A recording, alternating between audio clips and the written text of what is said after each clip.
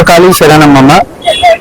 ముఖ్యంగా పర్యావరణాన్ని కాపాడేందుకు, పర్యావరణాన్ని అంటే ఓన్లీ మట్టి గణపతులనే పూజించాలని పూర్వీకులు అనేవాళ్ళు.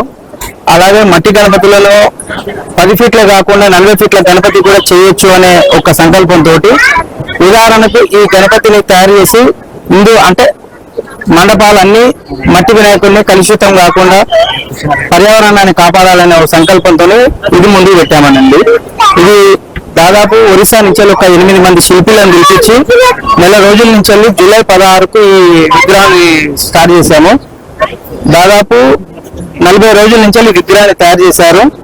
అలాగే దీనికి కంప్లీట్ మట్టి, ఉనక, గడ్డి, మన ఎగురు వాసాలతోటే దీన్ని చేశాము. ఏం ప్లాస్టర్ ఆఫ్ ప్యారిస్ కాకుండా, అది కాదు, ఏం యూజ్ చేయకుండా, కలర్స్ యూజ్ చేయకుండా ఓన్లీ పర్యావరణాన్ని గురించే ఇదంతా చేశాము. మీకు ఇక్కడ కాలనీ వాసులు కానీ ఎవరైనా సహకరించారు, ఎవరైనా సహకారం తీసుకున్నారా, మీరే సంకల్పించారు? ముఖ్యంగా మీడియాకు, ప్రింట్ మీడియాకు, ప్రెస్ వాళ్ళకు ధన్యవాదాలు. వాళ్ళ సహకారం, అలాగే పోలీసు వారి సహకారం, వాడలో ఉన్న ప్రజల సహకారంతో ఇంత గణపతిని నేను నిలబెట్టేందుకు నాకు చాలా తోడ్పడ్డారు వీళ్ళందరూ. ముఖ్యంగా మీడియాకు, పోలీసు వారికి ధన్యవాదాలు. ఇక్కడ నవరాత్రి ఉత్సవాలు పూర్తయిన తర్వాత ఇంత భారీ 40 అడుగుల గణనాథుని ఎలా నిమజ్జనం చేపడుతుంది?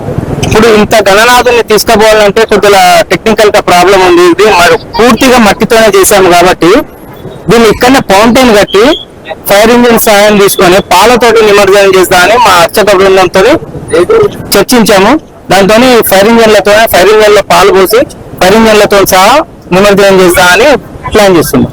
అట్లా నిమజ్జనం అయిన తర్వాత వచ్చినటువంటి ఆ గణనాథుని మట్టిని వచ్చిన మట్టి అంతా ఒక ట్రాక్టర్ లో తీసుకెళ్లి మళ్ళీ చెరువులో నిమజ్జనం చేసేందుకు ప్రయత్నిస్తున్నాం.